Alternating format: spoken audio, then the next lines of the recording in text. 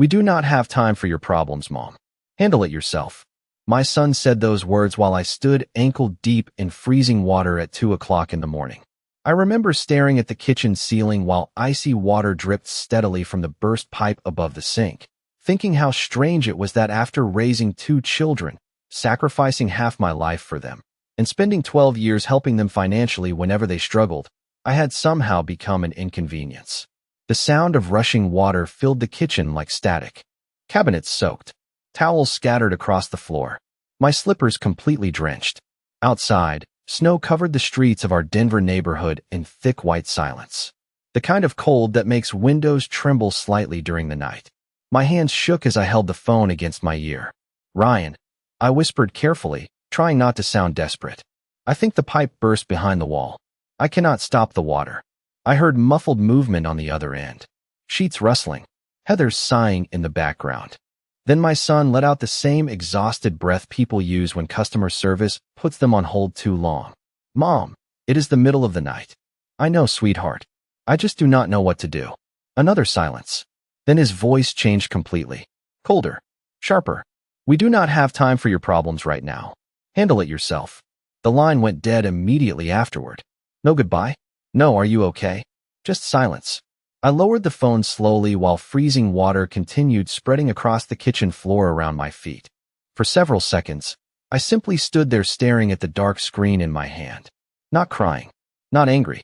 Just stunned in that quiet way grief sometimes arrives when the truth finally becomes impossible to ignore. Nicole did not answer at all when I called her afterward. Straight to voicemail twice. I left a message trying to sound calm.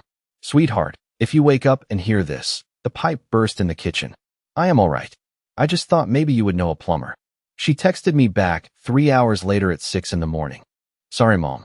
Crazy busy this week. That was it. No question mark. No concern. Just 6 words. I spent the rest of the night sitting on the wet kitchen floor wrapped in one of Richard's old flannel blankets while waiting for the emergency plumber to arrive. The house smelled like wet drywall and cold air. Somewhere upstairs, the heat vents rattled softly against the winter wind outside. Richard used to handle everything during storms. Frozen pipes, dead batteries, broken heaters. He always said old houses needed patience and attention, especially in Colorado winters. After he died 3 years ago, I tried learning how to manage things myself. Most days I did all right. But sitting there alone at nearly 70 years old with freezing water soaking through my jeans, I realized something painful. I was not mourning the burst pipe. I was mourning the fact that my children no longer saw me as someone worth showing up for. By sunrise, the plumber finally arrived. A young man named Caleb who looked barely older than Ethan. He shut off the water valve in under 5 minutes and spent the next hour cutting into damaged drywall while apologizing every time he tracked snow across the floor. My grandma lives alone too, he said while tightening a pipe fitting beneath the sink. Winter stuff gets scary fast. I nodded quietly while handing him coffee. Strange how complete strangers sometimes show more tenderness than family. The repair cost nearly $4,000 by the time everything was finished. Drywall replacement, water extraction, pipe repair, new insulation behind the kitchen wall. I wrote the check without hesitation because thankfully Richard and I had always been careful with savings. Still, as I sat alone at the kitchen table afterwards staring at the damaged ceiling, another realization settled heavily inside me. For 12 years after Ryan lost his first job during the recession, I had quietly helped them whenever life became difficult. Mortgage payments, preschool tuition for Ethan, medical deductibles, Heather's dental surgery after insurance refused coverage, Nicole's divorce attorney when her marriage collapsed. Every Christmas morning included envelopes tucked quietly beneath wrapping paper because I never wanted my children to feel ashamed needing help. I told myself family supported each other. That was what good mothers did. But somewhere over the years, support became expectation. Gratitude disappeared. And now, standing in freezing water during the one night I truly needed someone, my own son treated me like a burden interrupting his sleep. Around noon, Ryan finally called back. So did you figure it out? No apology. No guilt. Just mild curiosity. I stared out the kitchen window while snow slid slowly from the roof outside. Yes. Good. He paused briefly. Heather has been stressed lately, Mom. You kind of caught us at a bad time last night. I almost laughed at that, as if burst pipes politely checked family schedules before happening. I understand, I said softly. Anyway, Ethan has basketball practice tonight, and things are hectic over here. Of course they were. They always were. I closed my eyes for a moment while listening to my son explain his busy life as though exhaustion somehow excused cruelty. Then quietly, without anger in my voice at all, I said the sentence that changed everything afterward. Do not worry, Ryan. I will handle things myself from now on. He sounded relieved hearing that. That hurt most of all. The kitchen repairs took almost 3 weeks to finish. Every morning contractors arrived carrying toolboxes and damp-smelling insulation while snow piled quietly along the sidewalks outside my Denver home. Plastic sheets covered half the downstairs rooms. Fans hummed constantly to dry the walls. The house no longer sounded like mine. It sounded temporary, broken in places nobody could see at first glance. In some ways, that felt fitting. During those weeks, I noticed something strange about my phone. It barely rang anymore. No random calls from Nicole asking if I could pick Ethan up from school because her meeting ran late. No texts from Ryan asking whether I could transfer money to cover another unexpected expense until payday. No Heather sending links to birthday gifts she thought Ethan would absolutely love. The silence should have felt peaceful. Instead, at first, it felt unsettling, like I had disappeared from their lives overnight. Then slowly, another truth surfaced beneath that loneliness. They had not stopped calling because they suddenly became busy. They stopped calling because I stopped being useful.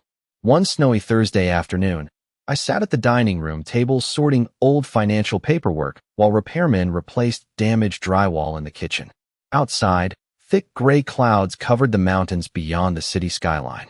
I made myself tea and opened a worn accordion folder labeled family expenses. Richard always insisted on keeping records organized. One day you will want to remember where your money went, he used to joke.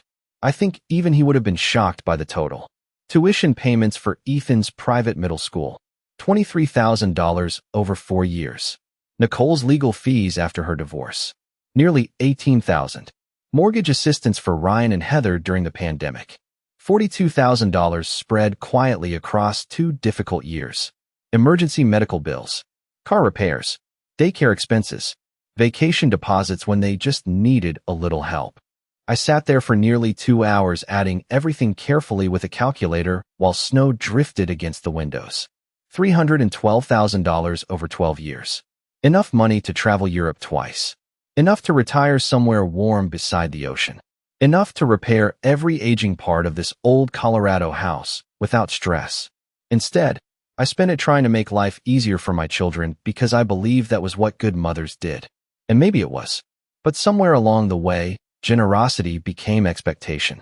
I stared at the number written across the yellow legal pad while workers hammered behind the kitchen walls. $312,000. Yet when freezing water flooded my home at 2 in the morning, neither of my children had time to drive 20 minutes across town. My phone buzzed suddenly across the table. Heather. I almost ignored it before answering. Hello. Margaret, hi. Her tone sounded unusually cheerful. I just wanted to check how the repairs are going. I leaned back slowly in the chair. Interesting. Heather had not once called to ask about my health. Only the house. The plumber fixed everything. Good. Ryan was worried. No, he was not. My son worried about overdue car payments and fantasy football rankings. He did not worry about his elderly mother sitting alone on freezing kitchen floors. That is thoughtful. Heather hesitated briefly before speaking again. Actually, while I have you, Ethan's basketball tournament is this weekend and our babysitter canceled for Saturday night. We wondered if you might still be able to watch the twins for a few hours. There it was. I closed my eyes slowly while listening to drywall dust settle somewhere inside the kitchen. I do not think so. Silence. Oh, she sounded genuinely surprised, as though the idea of me saying no had never crossed her mind before. I am still dealing with the repairs and honestly feeling exhausted lately. Another pause followed. Then came the subtle guilt wrapped carefully inside politeness. Well, family is supposed to help each other during stressful times. I almost laughed out loud hearing that sentence. Instead, I stared quietly at the legal pad beside my teacup covered with years of financial sacrifices no one remembered anymore. You are right, I said softly. Family should help each other. The silence afterward felt heavier this time. Heather changed the subject quickly after that. asked about the weather, mentioned Ethan's grades, then ended the call within 3 minutes once it became clear free childcare was not happening. I sat alone at the table afterward, listening to the house creak softly around me. Outside, snowplows moved slowly down the street, while neighborhood children dragged sleds through fresh powder beside the sidewalks. Suddenly, I remembered a winter nearly 20 years earlier when Ryan totaled his first car during a snowstorm. Richard spent 6 straight hours helping him replace the transmission in our freezing garage because we could not afford another vehicle at the time. My husband worked with numb hands until midnight while Ryan sat nearby complaining about the cold. He never once asked his father whether he needed help. Richard just smiled tiredly and kept working anyway because that was what parents did. They carried weight quietly, even when nobody noticed. Tears finally blurred my vision, then for the first time since the pipe burst. Not because of the money, not even because of the loneliness, but because I suddenly understood something devastating. Richard and I spent decades making life softer for our children. Easier, more comfortable. And somewhere in the process, they forgot discomfort entirely. Forgot sacrifice. Forgot gratitude. Forgot that their parents were human beings growing older right in front of them. My phone buzzed one last time before dinner. Nicole this time. Hey Mom, sorry I have been busy. Any chance you can still help with Ethan's spring tuition next month? I stared at the message for several seconds before quietly setting my phone face down on the table without replying.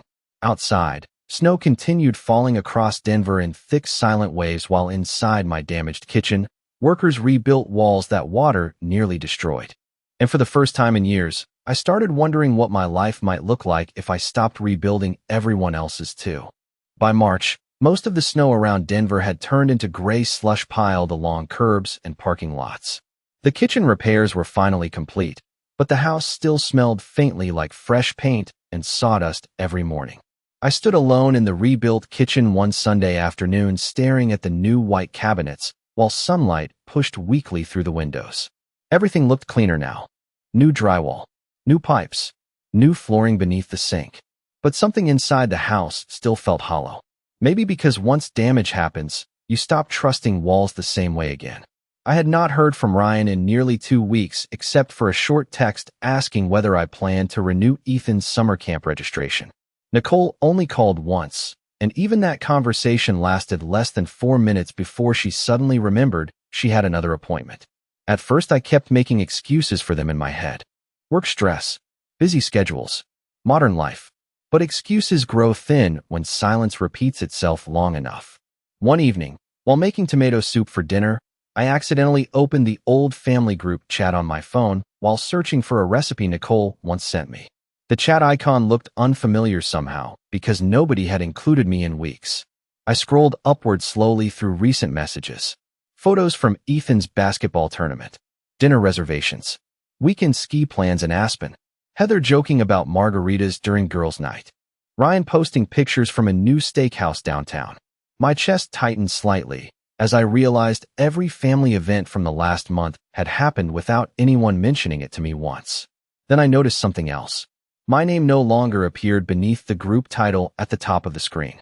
They had removed me completely. For several seconds, I simply stared at the phone in my hand while soup simmered quietly behind me on the stove. I wish I could say I felt shocked.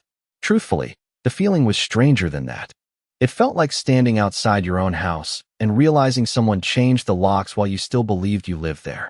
I sat down slowly at the kitchen table and reopened the chat again just to make sure I was not imagining it. Removed. Such a small digital action. One tap. 1 second. Yet somehow it carried more cruelty than yelling ever could. Nobody even bothered telling me. They simply erased me quietly from the background of their lives. Outside, freezing rain tapped softly against the windows while darkness settled across the neighborhood.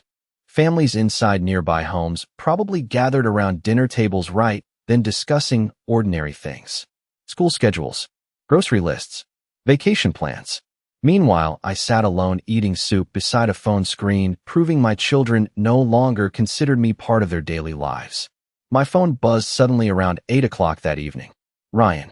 For one embarrassing second, relief moved through me before I answered. Hi, sweetheart. Hey, Mom. His voice sounded distracted immediately. I could hear television noise behind him. Quick question. Did you ever renew the insurance policy on Ethan's car? Of course. Not how have you been? Not did the repairs finish? Straight to business. No, I answered calmly. I stopped paying it last month. Silence. Then a sharp exhale. Mom, why would you do that without telling us? I looked down at the half-empty soup bowl in front of me. I assumed his parents would handle their son's insurance. You know things have been tight lately. Tight. Ryan drove a $70,000 truck and spent ski weekends in Aspen. But apparently paying his own teenage son's insurance qualified as hardship now. I already helped for 2 years. Well, now we have a late fee. I almost laughed hearing genuine frustration in his voice over consequences he expected me to quietly absorb forever. I am sorry to hear that. Another pause. Then came the sentence that finally settled something permanently inside me. You have changed a lot lately, Mom. Changed. Funny word. As though setting boundaries after 12 years of financial support counted as personality transformation. I stared toward the living room where Richard's old leather recliner still sat untouched beside the fireplace. My husband used to read newspapers there every evening while absent-mindedly tapping his wedding ring against the armrest during difficult conversations. Maybe, I said softly, or maybe I just stopped pretending things were normal. Ryan sounded irritated now. Nobody is trying to hurt you. I thought about the group chat, the silent removal, the forgotten invitations, the burst pipe, the unanswered calls. I know, I replied quietly. That would require thinking about me first. Silence filled the line immediately afterward, deep enough that I knew the truth finally landed somewhere uncomfortable. Ryan cleared his throat awkwardly. Look, Heather and I are just overwhelmed lately. I understand. You know we still love you, right? That question hurt more than anything else, because for the first time in my life, I genuinely did not know the answer anymore. Love without effort starts feeling dangerously similar to convenience after a while. Good night, Ryan, I said gently before ending the call myself. I sat there for a long time afterward listening to rain slide softly down the windows. Then slowly, without really planning to, I opened the family group chat one final time. I looked at all the smiling photographs they shared together while I sat alone rebuilding my flooded kitchen. Ski trips, restaurant dinners, birthday parties, normal family moments continuing perfectly well without me. My thumb hovered over the screen briefly before I quietly deleted the conversation forever. The phone suddenly felt lighter in my hand afterward. So did the silence. 2 days after deleting the family group chat, I found myself standing in the garage searching for Richard's old snow shovel, even though winter was almost over. The garage still smelled faintly like motor oil and cedarwood after all these years. His workbench remained exactly the way he left it before the cancer treatments started slowing him down. Coffee-stained manuals stacked neatly in one corner. Rusted screws sorted carefully into labeled jars. A faded Denver Broncos radio hanging from a nail beside the tool cabinet. Richard believed tools should always be returned to the same place because life gets hard enough without wasting time searching for things. I smiled sadly remembering that. Then my eyes landed on an old cardboard storage box pushed against the back wall beneath a shelf of paint cans.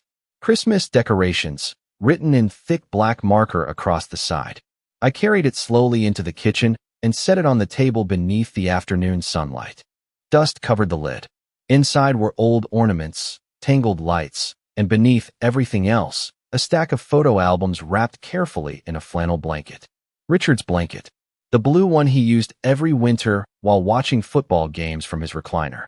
I sat down quietly and opened the first album. Suddenly, I was 20 years younger again. Ryan at age 11 standing proudly beside a crooked snowman in our front yard. Nicole asleep on Richard's shoulder Christmas morning while wrapping paper covered the floor around them. Family camping trips near Estes Park. Birthday cakes. School concerts. Ordinary moments that once felt endless while we were living them. I turned pages slowly while the afternoon faded outside the windows. In one photograph, Richard stood on the roof during a snowstorm stringing Christmas lights across the gutters while Ryan handed him extension cords from below. I remembered that winter instantly. Our furnace broke 3 days before Christmas, and we barely had enough money left after medical bills to fix it. Richard worked double shifts at the warehouse all month just to keep presents under the tree. He came home exhausted every night smelling like cardboard and cold air, but he still climbed onto that roof, because he wanted the kids to wake up feeling magic on Christmas morning. I touched the photograph gently with my fingertips while tears blurred my vision. My husband spent his entire life protecting comfort for everyone else. And somehow we raised children who mistook sacrifice for normalcy. Another memory surfaced unexpectedly then. Ryan at 17 demanding a newer car because his friends already had one. Nicole crying because her spring break trip cost more than we could afford that year. Richard sitting quietly beside me afterward at the kitchen table long after the children went upstairs. "We have to be careful, Maggie," he said softly while rubbing tired hands across his face. "One day they will grow up thinking love always looks like rescue." At the time, I defended the kids immediately. I always did. "They are young," I told him. "They will understand someday." Richard smiled sadly at me over his coffee cup. I hope so. Sitting alone in that same kitchen all these years later, I realized something painful. He never fully believed they would. My phone buzzed suddenly across the table, pulling me back into the present. "Nicole." I stared at the screen for a moment before answering. "Hi, sweetheart." "Hey, Mom." Her tone sounded rushed immediately. "Listen, I have kind of an awkward question." Of course she did. I closed the photo album gently. "All right. Ethan got accepted into this summer academic program at Boulder, and it is amazing for college applications." She paused dramatically before continuing. "But it costs $8,000. Silence settled quietly between us. Through the kitchen window, I watched neighborhood children ride bicycles down the street while melting snow dripped steadily from rooftops. "That sounds expensive," I said softly. "Yeah." Another pause. Then finally, "I was hoping maybe you could help again this year." Again. Such a small word for 12 years of sacrifices. I looked down at the old photograph still open beside my hand. Richard balancing on the roof in freezing weather because he believed family mattered more than exhaustion. "Nicole," I asked gently, "do you remember when your father worked 70-hour weeks after the recession?" "Kind of." "Do you remember him missing dinner almost every night for 2 years?" Silence. "Not really." Of course she did not. Children rarely remember what parents quietly survive for them. "Your father did everything possible to make life easier for you and Ryan," I said carefully. "But sometimes I wonder if we made it too easy." Her voice changed slightly then. Defensive now. "I do not understand what that means." I stood slowly and carried the photograph toward the refrigerator where dozens of old family pictures still hung beneath magnets and handwritten grocery lists. "It means your father worried one day you would confuse love with endless help." Another silence stretched between us. Heavier this time. "Mom, are you seriously refusing to help Ethan because of some misunderstanding about the plumbing situation?" Plumbing situation. As if sitting alone in freezing water while your children ignore your calls qualifies as inconvenience instead of heartbreak. I closed my eyes briefly before answering. "No, sweetheart.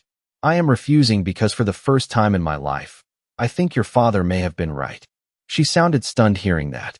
Not hurt. Not emotional. Just genuinely surprised I finally stopped automatically saying yes. "I have to go," she muttered awkwardly before hanging up quickly. I remained standing there in the quiet kitchen afterward, holding the old photograph in my hands while evening sunlight faded slowly across the room. Richard's smile in that picture looked tired but peaceful, like a man who carried heavy things willingly because he loved his family more than himself. And for the first time since losing him, I suddenly understood the warning hidden beneath all his kindness. 3 days later, Denver woke beneath one of those heavy spring snowfalls that seem impossible after weeks of melting weather. Thick white flakes drifted silently across the neighborhood while I stood at the kitchen window, holding a coffee mug between both hands. The rebuilt walls looked too perfect compared to the rest of the old house. Fresh paint, clean corners, no signs left of the freezing water that flooded everything only weeks earlier. Funny how quickly damage disappears once someone repairs the surface. Around noon, I heard a truck pull into the driveway. For a brief second, my heart lifted instinctively before I realized the vehicle was too old to belong to either of my children. A faded blue pickup stopped beside the mailbox, and George Whitman climbed out carrying a cardboard tray with 2 coffees balanced carefully in one hand. George had been Richard's closest friend for nearly 40 years. They met working construction jobs during their 20s and somehow stayed friends through marriages, layoffs, mortgages, and eventually retirement. George still looked sturdy despite turning 71 last fall. Broad shoulders, gray beard, heavy work boots no matter the season. He knocked twice before letting himself inside the way old friends do. Thought you might need real coffee instead of whatever weak stuff you drink alone, he said while stamping snow from his boots near the door. I smiled for the first time all week. You always insult people before saying hello? Only the ones I like. He handed me the warm coffee cup and glanced toward the repaired kitchen walls. Looks expensive. It was. George studied the ceiling quietly for a moment before asking the question nobody else bothered asking. How are you holding up, Maggie? Such a simple sentence. Yet hearing genuine concern in another person's voice nearly unraveled me completely. I looked down at the coffee lid while steam curled softly upward between my hands. I am tired, I admitted quietly. George nodded once like he already understood. Richard used to say you carried too much for everybody. I laughed softly under my breath. Apparently, he was right about a lot of things. Snow tapped gently against the windows while George walked slowly around the kitchen, examining the repair work. Then he frowned toward the damaged baseboards near the pantry. They did not replace that section correctly. Before I could answer, he was already kneeling beside the cabinet, pulling a tape measure from his coat pocket. George, you do not have to do that. I know. He shrugged casually. That is usually when helping matters most. I stood quietly beside the counter watching him work while memories drifted through the room unexpectedly. Richard crouched beneath sinks fixing pipes. Ryan at age 14 pretending to help while mostly eating snacks from the refrigerator. Nicole sitting at the table doing homework while her father repaired things nobody else noticed were broken. Back then, home felt noisy in the best possible way. George spent nearly 3 hours fixing parts of the kitchen the contractors overlooked. Tightening loose trim. Replacing warped wood beneath the sink. Repainting sections near the pantry. He refused payment immediately when I offered. Richard fixed my transmission for free during the winter of '98. He reminded me. Consider us even. We ate canned soup together afterward while snow continued falling outside. George sat at the same kitchen table where Richard used to drink coffee every morning before work. For a while, neither of us spoke much at all. Comfortable silence always mattered more than forced conversation between old friends. Finally, George looked up from his soup bowl and asked quietly, "Have the kids been around helping?" I hesitated too long before answering. His expression changed immediately. Not really. George leaned back slowly in the chair while understanding settled across his face. That bad? I stared down at the soup spoon resting in my hand. Ryan told me to handle it myself the night the pipe burst. George did not react right away. Somehow that made the silence heavier. And Nicole? Busy. He rubbed one tired hand across his beard while snow piled deeper outside the windows. Your children learned comfort, he said finally. But somewhere along the way they forgot gratitude. Tears burned suddenly behind my eyes because the sentence felt painfully true. George sighed softly and looked toward Richard's old recliner in the living room. You know, he added quietly. A few months before Richard passed, Ryan asked me something strange. My chest tightened instantly. What? George hesitated briefly. He wanted to know how much houses in this neighborhood were selling for lately. I frowned slightly. Why? At first I thought he was considering moving. George stirred his soup absent-mindedly. Then he asked whether you ever talked about downsizing after Richard was gone. The kitchen suddenly felt colder despite the heat running steadily through the vents. What exactly did he say? George looked uncomfortable now. Just practical things. Whether you plan to keep the house. Whether property values would keep rising. Stuff like that. I stared silently toward the falling snow outside while pieces of old conversations rearranged themselves inside my head. Ryan casually suggesting retirement communities last Thanksgiving. Heather mentioning how difficult stairs become at your age. Nicole asking whether I really needed such a large house alone anymore. At the time I thought they worried about me. Suddenly I was not so sure. George watched my expression carefully across the table. Maggie, he said softly. I think Richard saw this coming before any of us wanted to admit it. I looked down at the wedding ring still resting on my finger after all these years. Richard never removed his either, even during chemo treatments when his hands swelled painfully from medication. He warned me once, I whispered. He said one day they might confuse love with rescue. George nodded sadly. That sounds like him. Outside, snow continued covering the neighborhood in thick white silence while inside the kitchen, The truth settled slowly into place between us. Not dramatic, not explosive, just heavy in that quiet way reality becomes heavy once denial finally disappears. After George left that afternoon, the house felt unusually quiet again.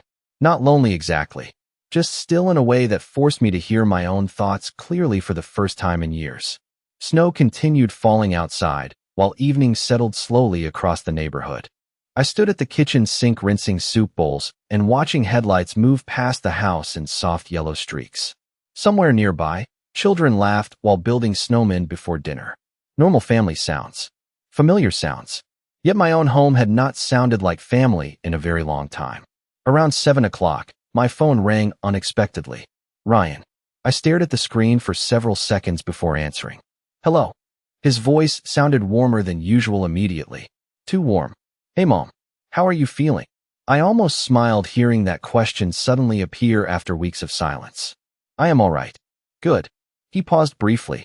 Heather and I were thinking maybe we should all have dinner together this weekend. You know, spend time as a family. Family again. Funny how that word kept returning whenever conversations started drifting toward houses, money, or inheritance. That is thoughtful. We have all just been busy lately. Busy. The modern excuse for every emotional absence. I understand. He sounded relieved hearing me say that. Then Heather's voice appeared faintly in the background, asking something I could not fully hear. Ryan lowered his voice slightly afterward. Actually, there is something else. Of course there was. I leaned quietly against the kitchen counter while snow collected deeper along the driveway outside. What is it? Heather and I have been talking about your house. There it was. Direct now. No pretending anymore. What about it? Well, he hesitated carefully. It is pretty large for one person your age. My eyes moved slowly around the kitchen while he spoke. The oak cabinets Richard installed himself during the summer of 1998. The dining room table where every birthday dinner happened for over 20 years. The hallway marked faintly with pencil lines measuring the children's height as they grew up. Too large for one person. Strange how quickly a home becomes square footage once emotion disappears from the conversation. I manage fine. Sure. But maintaining a house alone gets harder as people age. Heather's voice drifted through the background again. This time clearer. Ask her about downsizing. I closed my eyes briefly. Ryan cleared his throat awkwardly afterward. Have you ever considered selling and moving somewhere smaller? There it was completely exposed now. Not concern. Planning. Calculating. George had been right. Richard too. Why would I do that? I asked softly. Ryan laughed lightly like I was missing something obvious. Mom, you could make a fortune in this market. Houses around here are selling fast. I looked down at my wedding ring, catching the kitchen light faintly against my hand. Richard bought this house 31 years ago after working double shifts for nearly 18 months straight. Back then the neighborhood still had empty lots and unfinished sidewalks. He used to stand proudly in the front yard every spring watering new grass seed like the property itself proved something important about survival. Your father loved this house, I said quietly. Ryan sighed impatiently. Dad is gone, Mom. The sentence landed harder than he realized. Not cruel exactly. Just careless in the way people become careless once sentiment starts interfering with financial convenience. You cannot keep everything forever. I stared silently through the kitchen window while snow covered the old maple tree Richard planted the year Nicole started kindergarten. Then slowly, another realization surfaced beneath the sadness. Ryan no longer talked about the house emotionally at all. Not memories. Not family dinners. Not holidays. Just value. Market timing. Profit. What exactly are you suggesting? I asked calmly. Nothing bad. He rushed the words immediately. Heather just thinks maybe eventually you would be happier somewhere easier. Maybe one of those retirement communities near Scottsdale or Arizona. Retirement community. There it was. The future they quietly imagined for me. Smaller space. Simpler life. Less inconvenience. Easier property transfer afterward. And what would happen to this house? Silence followed. Tiny. Brief. But enough. Well, Ryan finally answered carefully. Keeping property in the family makes sense. Of course it did. Suddenly family mattered deeply again when real estate entered the conversation. I almost laughed from the exhaustion of hearing love translated into financial language over and over again. I see, I said softly. Ryan's voice brightened slightly, mistaking my calmness for agreement. We just want what is best for everybody. Everybody. Such a generous-sounding word for people already discussing your house, like future inventory. Well, I replied quietly, I will think about it. He sounded relieved instantly. Good. Heather found some beautiful retirement communities online, actually. We could all look together over dinner Sunday. I stared toward Richard's old recliner sitting empty beside the fireplace. Suddenly, I remembered another conversation from years earlier after Ryan and Heather bought their first home. Richard watched them drive away after we handed them a check covering their down payment gap. Then he turned to me quietly and said, "Promise me something, Maggie." "What?" "Promise me you will never let them make you feel temporary in your own life." At the time, I thought he worried too much. Standing alone in the kitchen now, while my grown son casually discussed where I should eventually disappear to, I realized Richard understood far more than I ever wanted to admit. "Sunday sounds nice," I said calmly before ending the call. Then I stood there alone listening to snow fall softly against the windows, while something inside me shifted completely. Not dramatically, not angrily, just clearly. For the first time in months, I finally stopped wondering whether my children still saw me as family. Their words already answered that question. Sunday dinner arrived with clear skies and melting snow dripping steadily from rooftops across the neighborhood. I spent most of the afternoon preparing food out of old habit more than excitement. Pot roast in the oven, mashed potatoes, green beans with garlic. The same meal Ryan requested every birthday growing up because he claimed nobody cooked comfort food like me. Funny how muscle memory survives even after emotional closeness disappears. By 5 o'clock, the house smelled warm again for the first time in months. For a brief moment, standing at the stove while sunlight faded softly through the dining room windows, I almost convinced myself things might feel normal tonight. Then Heather walked through the front door carrying a bottle of expensive wine without even hugging me hello.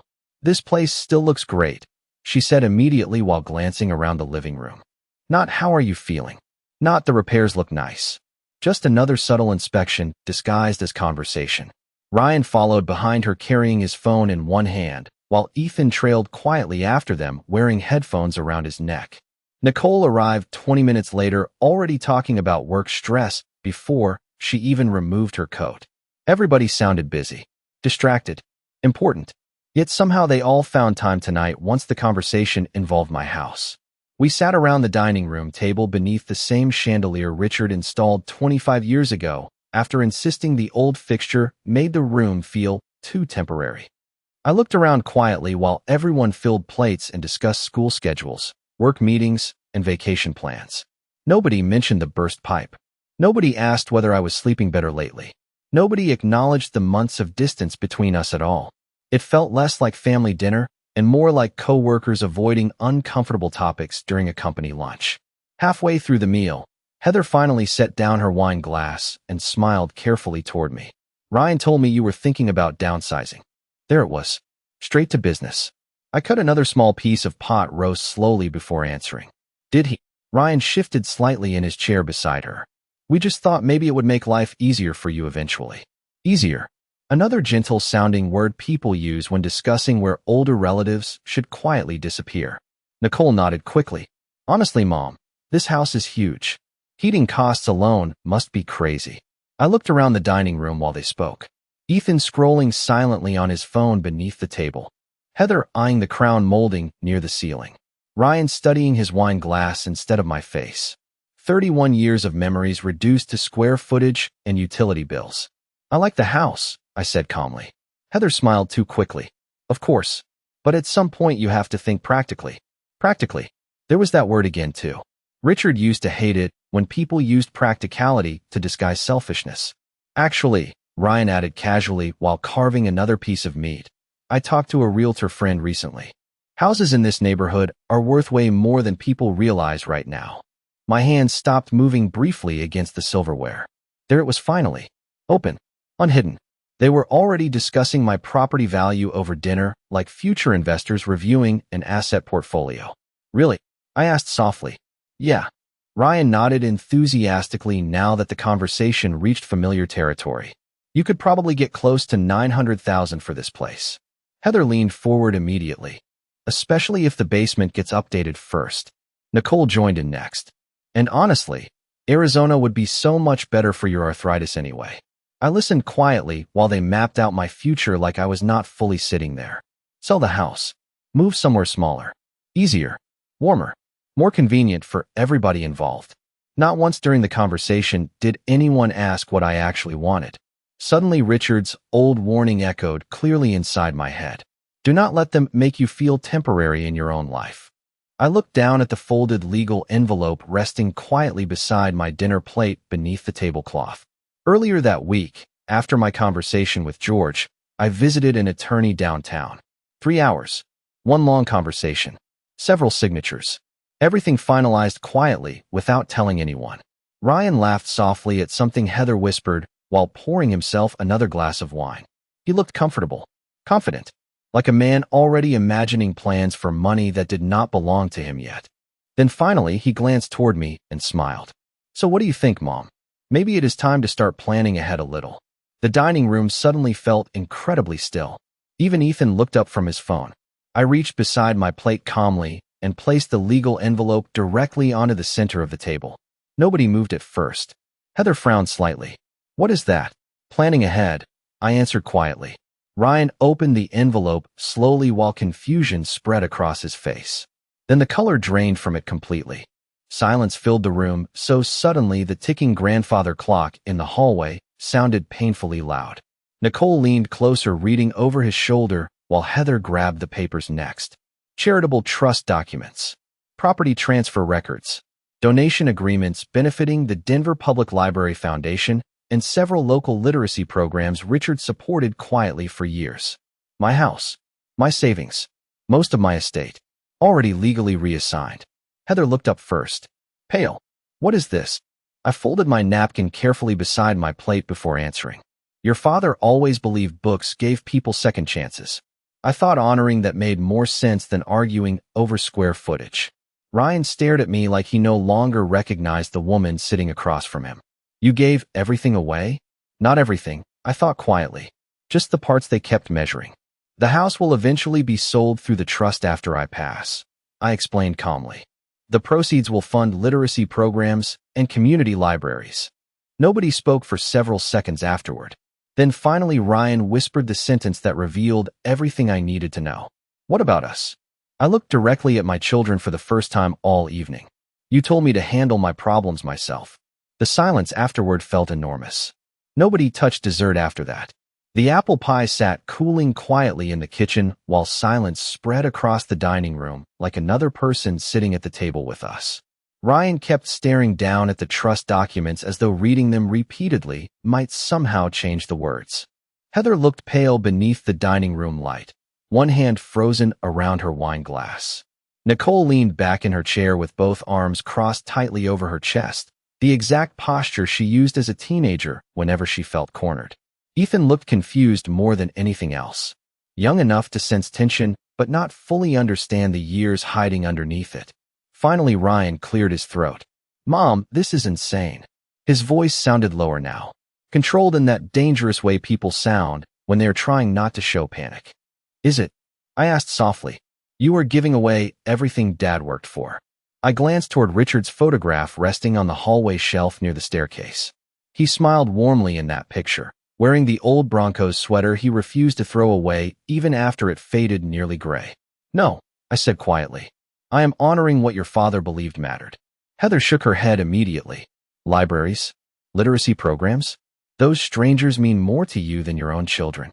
The question would have destroyed me 6 months earlier. Now it only made me tired. Strangers showed me more kindness this winter than my own children did. Nobody spoke after that. Somewhere outside, melting snow slid from the roof with a heavy thud against the driveway. The sound echoed strangely through the quiet house. Ryan suddenly pushed his chair back from the table. This is because of the plumbing issue, right? Plumbing issue. Funny how quickly heartbreak becomes a minor household inconvenience once people no longer want responsibility attached to it. No, I answered calmly. The pipe bursting simply forced me to stop ignoring things I already knew. Heather set her wine glass down harder than necessary. You are overreacting. Am I? I looked directly at her then. When freezing water flooded my kitchen at 2 in the morning, you both told me to handle it myself. Ryan rubbed both hands across his face in frustration. We were exhausted that night. You have been exhausted for years. Silence settled heavily across the room again. Nobody denied it because nobody could. Nicole finally spoke next, her voice quieter than before. Mom, we did not realize you felt this way. That sentence hurt most of all because it was probably true. They genuinely did not realize. When people grow accustomed to someone always giving, they stop noticing the person underneath the sacrifice entirely. I know, I said softly. That is the problem. Ethan shifted uncomfortably beside Nicole before speaking carefully. Grandma. I turned toward him immediately. Yes, sweetheart. Are you mad at us? Such a simple question. Honest in a way adults rarely manage anymore. I smiled sadly at him across the table. No, I'm just finally being honest too. Ryan stood and walked toward the kitchen window, staring out at the dark street beyond the glass. His shoulders looked tense now. Older somehow. You could have talked to us first. I almost laughed hearing that. I tried talking to you when my kitchen flooded. He closed his eyes briefly at that. Heather rose next, gathering plates from the table too quickly. Nervous energy always made her clean things. So what now? She asked sharply while stacking dishes. You just expect us to accept this? I looked around the dining room slowly. The same room where every Christmas dinner happened. Every birthday candle. Every Thanksgiving prayer Richard insisted on leading even when the turkey burned or someone argued halfway through dessert. I expect nothing anymore, I answered quietly. Heather stopped moving completely after that. Ryan remained facing the window for several seconds before speaking again. Dad would hate this family falling apart. I stared at the back of my son's head while grief moved softly through me again. Your father watched this family fall apart long before I did. Nobody had an answer for that. Because deep down, I think they all knew it too. Dinner ended awkwardly after that. No hugs at the door. No promises to call tomorrow. Just coats collected quietly, an uncomfortable goodbye spoken too fast. Nicole left first, avoiding eye contact completely. Heather barely looked at me while walking toward the driveway. Ryan lingered longest near the front door, hands shoved into his jacket pockets while snowmelt dripped steadily from the gutters outside. Mom, he said finally. I do not know how to fix this. For a moment, I almost reached out instinctively the way mothers do when their children sound lost. Then I remembered sitting alone on the flooded kitchen floor wrapped in Richard's old blanket while my son slept peacefully 20 minutes away. That is all right, I said softly. I handled it myself. The words landed visibly this time. Ryan's face tightened slightly before he nodded once and walked outside without another sentence. I stood at the doorway watching taillights disappear slowly down the street while cold March air drifted through the open front door. The neighborhood looked quiet again. Ordinary. Somewhere nearby, another family probably laughed together over leftovers and television shows, completely unaware that inside my house, 30 years of denial finally cracked open at the dinner table. After closing the door, I walked slowly back through the silent dining room collecting abandoned water glasses and folded napkins. The trust papers still rested exactly where I placed them beneath the chandelier light. I touched the top page gently before carrying everything into Richard's old study. Then I sat alone in his recliner beside the darkened living room window while snow continued melting quietly outside. For the first time in many years, nobody expected anything from me that night. And strangely enough, the silence no longer felt empty. Spring arrived slowly after that dinner. The snow disappeared from Denver street by street until only small gray piles remained hidden beneath shaded trees and parking lot corners. Tulips bloomed again along neighborhood sidewalks. Children rode bicycles after school beneath warm evening sunlight. Life moved forward quietly whether families healed or not. The strange thing was, once I stopped expecting calls from my children, the silence stopped hurting quite so much. It simply became part of the house, like the ticking grandfather clock in the hallway or the soft creaking sounds the furnace made every morning before sunrise. Ryan did not contact me for almost 3 weeks after the dinner. Nicole only sent one short text asking whether I still planned to attend Ethan's spring concert. No apology. No conversation about the trust. Just logistics. Heather disappeared completely. At first, I waited for anger. For dramatic confrontations. For accusations about betrayal or greed.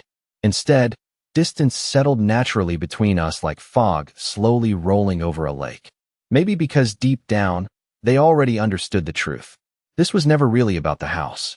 It was about realizing they no longer knew how to love me once I stopped solving things for them. One warm afternoon in late April, I sat on the back patio drinking iced tea while George repaired a loose fence panel near the garden. Birds moved through the trees overhead, and somewhere nearby a lawn mower hummed steadily across the neighborhood. George wiped sweat from his forehead and glanced toward me. "You seem lighter lately." I looked down at the glass in my hands while sunlight reflected softly against the melting ice cubes. "I think I finally stopped trying to earn love." George nodded slowly like he understood exactly how exhausting that becomes after enough years. "Richard would be proud of you, Maggie." Tears filled my eyes unexpectedly hearing that. Not dramatic tears, just quiet ones that arrive when somebody finally says the thing your heart needed most. Later that evening, after George left, I found myself wandering through the house, slowly room by room. The kitchen, the dining room, the hallway marked with faded pencil lines measuring childhood heights. Richard's old study with stacks of worn history books beside his recliner. Every corner held memories. But for the first time in years, the memories no longer felt heavy. They felt complete, like chapters already finished instead of responsibilities still demanding something from me. Around sunset, my phone buzzed softly beside me on the kitchen counter. "Ryan." I stared at the screen for several seconds before answering. "Hello." His voice sounded different immediately, quieter somehow. "Hey, Mom." "Hi, sweetheart." Silence stretched gently between us. Not angry this time, just uncertain. Finally, he sighed softly. "I drove past the house today." "Oh, the tulips are blooming again near the mailbox." I smiled faintly because Richard planted those himself the spring before Ryan graduated high school. "Your father loved those flowers." Another silence followed. Then Ryan spoke so quietly I almost missed it. "I think we forgot a lot of things after Dad died." The honesty in his voice caught me off guard. I leaned slowly against the kitchen counter while evening sunlight faded through the windows. "Grief changes people." "Yeah." He cleared his throat awkwardly afterward. "Mom, I have been thinking about that night with the pipe." My chest tightened slightly, but I stayed quiet. I should have come over. There it was. Small, simple, but real. I closed my eyes briefly while listening to the sound of birds outside settling into trees for the night. "Probably," I answered softly. "I do not know when I became somebody who says things like that." His voice cracked slightly at the end. For a moment, I pictured the little boy who used to crawl into our bed during thunderstorms because he was afraid of lightning. Somewhere along the years between childhood and middle age, life hardened him in ways neither Richard nor I fully noticed. Or maybe we softened every consequence too quickly before he ever had to learn gratitude properly. "You became busy," I said gently. "And then eventually you forgot I was getting older too." Silence. Then finally, "I am sorry." The words hung quietly between us. Honest, uncomfortable, human. I looked toward Richard's photograph resting on the hallway shelf beneath the fading evening light. "Thank you," I whispered. Ryan exhaled slowly afterward like the apology itself exhausted him. "Heather is still upset about the trust." I almost smiled hearing that. I assumed so. But I think maybe you were right. Hearing my son say those words mattered more than I expected. Not because of victory, not revenge, just recognition. "I never wanted to punish you," I said softly. "I only needed to stop disappearing inside everyone else's needs." We talked quietly for another 20 minutes after that. Nothing dramatic. Weather. Ethan's basketball season. Nicole working too much again. Ordinary conversation finally sounding ordinary instead of transactional. When the call ended, I remained standing alone in the kitchen listening to the peaceful silence surrounding the house. Then slowly, I walked outside onto the back patio while the Colorado sunset turned the sky pale gold above the neighborhood rooftops. Warm wind moved gently through the garden Richard built for me 30 years ago. The tulips near the fence swayed softly beneath the evening light. Somewhere inside the house, my phone buzzed again with another message from Ryan. "Love you, Mom." I stared at the words for a long moment before locking the screen and setting the phone aside. Then I sat quietly beneath the darkening sky with Richard's old blanket around my shoulders while spring settled softly over the neighborhood. For the first time in many years, I no longer felt invisible inside my own life. And somehow, that peace felt worth more than every dollar they once expected to inherit.